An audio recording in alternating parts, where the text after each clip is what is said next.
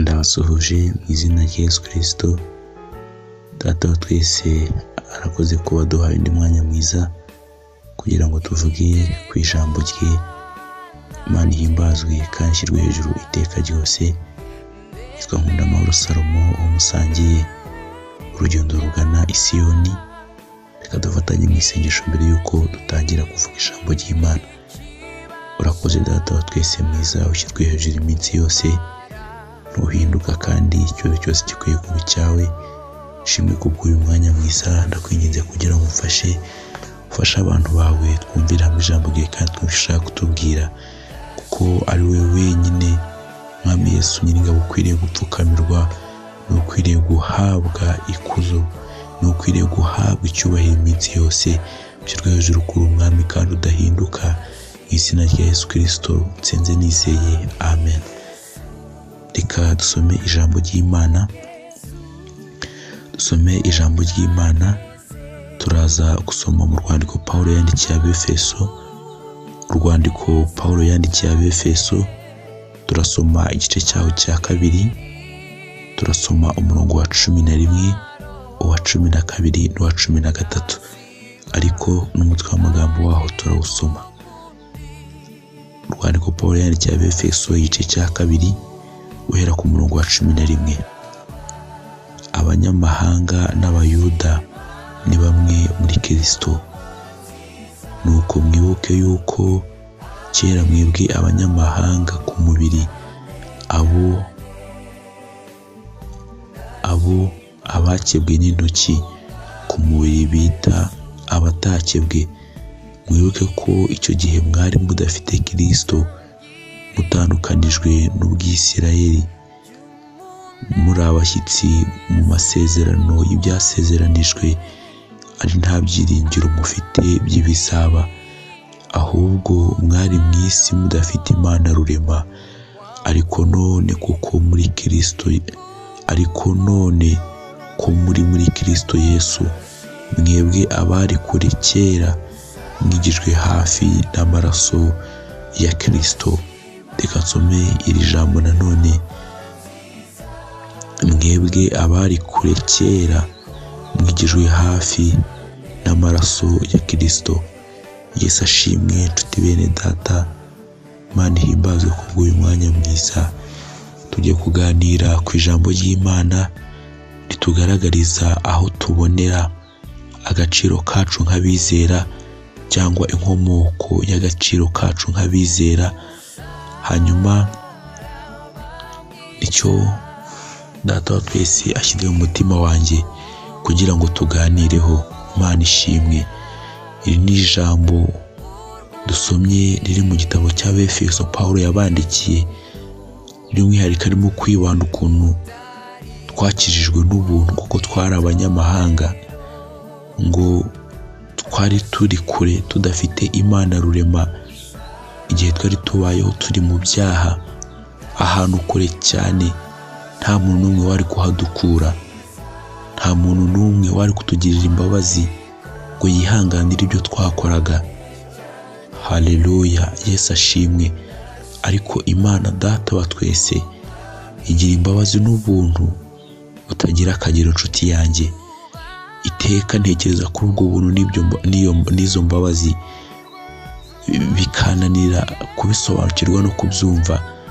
Ubwenge bwanjye buracyari bukeya ugereranyije no gushyikira iby'imbabazi z'uyu mwami, ugereranyije no gushyikira iby'urukundo rwe, kubera ko uburyo akunda biratangaje. Inshuti yanjye, aragukunda kandi akwitayeho. Rero nagira ngo nkubwire aho agaciro kawe nkawe wahinduwe umwana w'Imana aho kabonerwa. Agaciro kacu nshuti yanjye, ndagira ngo mbibutse ko katabonekera mu butunzi dufite hano ku isi. Ntabwo kabonekera mu mafaranga menshi, ntabwo kabonekera mu kuba umuntu atunze imodoka, ntabwo kabonekera mu kuba umuntu yambara imyambaro myiza ahinduranya, ntabwo kabonekera mu mashuri menshi n'amadigiri menshi umuntu afite. Ndabyumva, ako gaciro gashobora kuboneka biciye muri ibyo ndi kuvuga, ariko kaba ari agaciro ko mu isi kazarangira, kuko ibyo ngibyo iyo bigiye bigendana n'ako gaciro. abakubahaga ufite ibyo ngibyo ndavugaga, iyo myambaro, ayo mafaranga, iyo bishyize n'abagusuhuzaga n'abaguhamagaraga ntibongera kuguhamagara. Nimo kukumvisha agaciro nyakuri kabonekera nshuti yanjye, no kukumvisha aho ubuzima nyakuri bwabonekeye. Ntago bibonekera, agaciro kacu nk'abizera ntago kabonekera mu kuva mu Rwanda tukajya mu bihugu byo hanze. Ndabyumva gashobora kuboneka, ariko mu gihe utakigiye kuhahita karangira. Ariko nshuti yanjye ndagira ngo utekereze ko nta kintu na kimwe njye nawe twari kuzakora ngo twemerwe n'Imana, ariko kubera ko ari umutunzi w'imbabazi, ngo yaduhinduye bazima, ngo idukura kure, ngo nta byiringiro dufite by'amasezerano, nta byiringiro dufite by'ibizaba, ngo itwigiza hafi, itugira abana bayo. Yesu ashimwe, Imana ihimbazwe. Nshuti yanjye ndagira ngo ubizirikane neza, wumve imbabazi wagiriwe, wumve ubuntu wagiriwe, wumve ukuntu Imana yabonye kuri uwo kugirirwa imbabazi, ngo ku bwa kamere yacu mbi, ngo twarabo kwicwa, ngo twarabo gushinyagurirwa, ariko kubera Imana igira neza. Nshuti yanjye, wahereza Imana icyubahiro. Ese washimira Imana ukayibwira ngo shimwa ko wongeye kunyemera biciye muri Kristo Yesu. Rero nta handi agaciro kacu kabonekera usibye mu maraso y'umwana w'intama, usibye mu maraso y'umwana w'intama, usibye mu maraso y'umwana w'intama, usibye ku musaraba yabambweho, aho ni agaciro kacu kagaruriwe. Naho ubundi nta gaciro twari tugifite, ariko yarongeye atwunga n'Imana, arongera agarura ubusabane bwari bwarasenyutse, arongera twunga n'Imana, ahinduka umuyoboro utwunga n'Imana. None ubu turi abana b'Imana, none ubu turi mu rugo rwayo, none ubu nayo ni Imana Data. Nyuma y'uko twari twaratandukanijwe n'icyaha mu gihe cya Adamu, ariko iravuga ngo ntago abantu banjye bakwiye kubaho gutya, reka nohereze undi mwana wanjye, hanyuma agenda acungura abantu. Rero nshuti yanjye, ntago agaciro kacu kabonekera mu butunzi, ntago kabonekera mu mafaranga cyangwa mu mashuri, ahubwo kabonekera muri Kristo Yesu. Ntacyo twari kuzakora ngo twemerwe n'Imana, ariko Yesu yatumye twongera kwemerwa, twigizwa hafi y'Imana. Ubu turi abana mu rugo, ubu turi abaragwa. Icyo cyonyine kirahagije. Nshuti yanjye, ngo ujye ushima Imana. Nshuti yanjye, ngo ujye uvuga ngo Data wa twese ushimwe, kongeye kugarura ubusabane.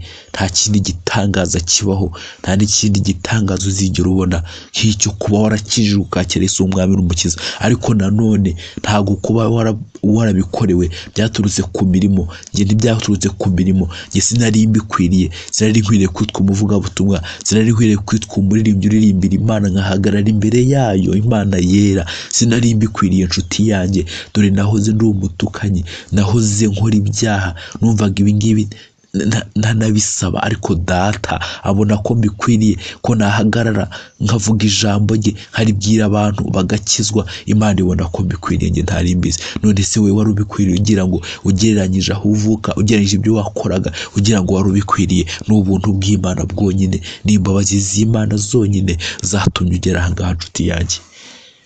Rero ntihagire umuntu wirata ngo yarabikwiriye, ntihagire umuntu wirarira ngo yarabikwiriye.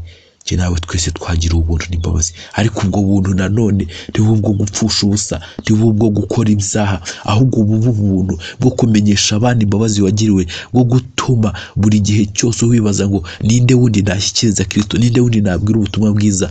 Ntugire ibitotsi nshuti yanjye, ntufate igihe cyo kuba mu bunebwe. Oya, ahubwo hari abandi benshi barushye, hari abandi benshi wamenyesha Kristo, hari abandi benshi bakeneye kuberera imbuto kugira ngo bahinduke.